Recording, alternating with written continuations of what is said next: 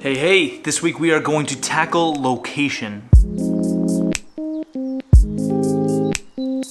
Here we are this week tackling the three biggest words in a realtor's vocabulary: location, location, location. Specifically, we're going to be talking about location through an investor's eyes. Location is a very important part of any real estate transaction. Whether you are looking to purchase a property for yourself or for tenants, keep in mind that people are going to be moving into those units. And there are two big things I want to talk about today with regards to location.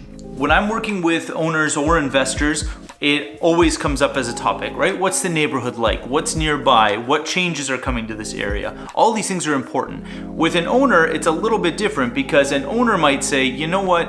I don't need to be in a good school district. I understand that not being in the best school district will affect my resale value, but you know what?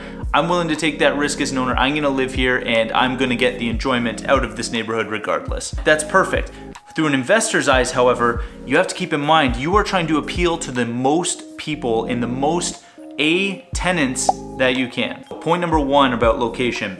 It is going to give you an idea of what types of tenants are going to end up in your property. So if you're looking at an investment property that's a block away from a university, guess what kind of tenants you're gonna get. If you get an investment property that is surrounded by offices for tech startups, guess what kind of tenants are gonna come knocking. It's gonna be very, very important for you to think when you're looking at properties. And the style of the home is going to mean a lot.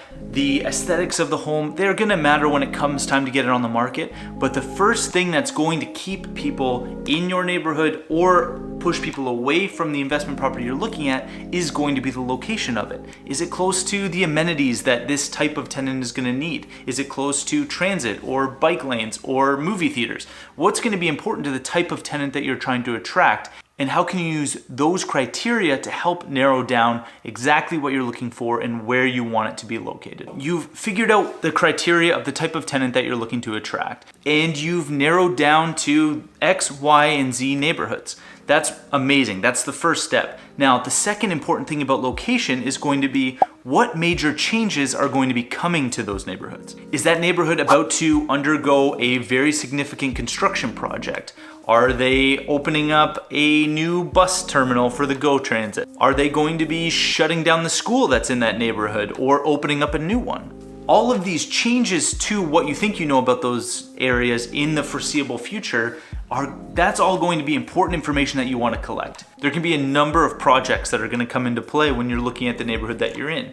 Is there going to be an increase in transit in your area? Is there going to be a significant construction project taking place right outside where your property is going to be? Because that's going to affect your ability to rent that unit in the short term. It may add value in the long term, and that can be a discussion about where you want to put your money. We kind of saw that here in Kitchener-Waterloo with the development of the light rail transit system. Still not completed yet at this time, but it's getting there. And the people who have toughed out renting out their properties along that main transit line while roads were closed and construction was being done, they probably had to take a hit on their month-to-month rental income. But now that this project is nearing completion, all eyes are on that area to be a great option for landlords. As you start moving towards thinking about investing in real estate, keep these two things in mind with regards to location. First, the location is going to be a huge determinant of what type of people apply to live in your units. And two, what you think you know about the neighborhood right now may not be the case in 5 years. So do your homework on those areas and in those neighborhoods to make sure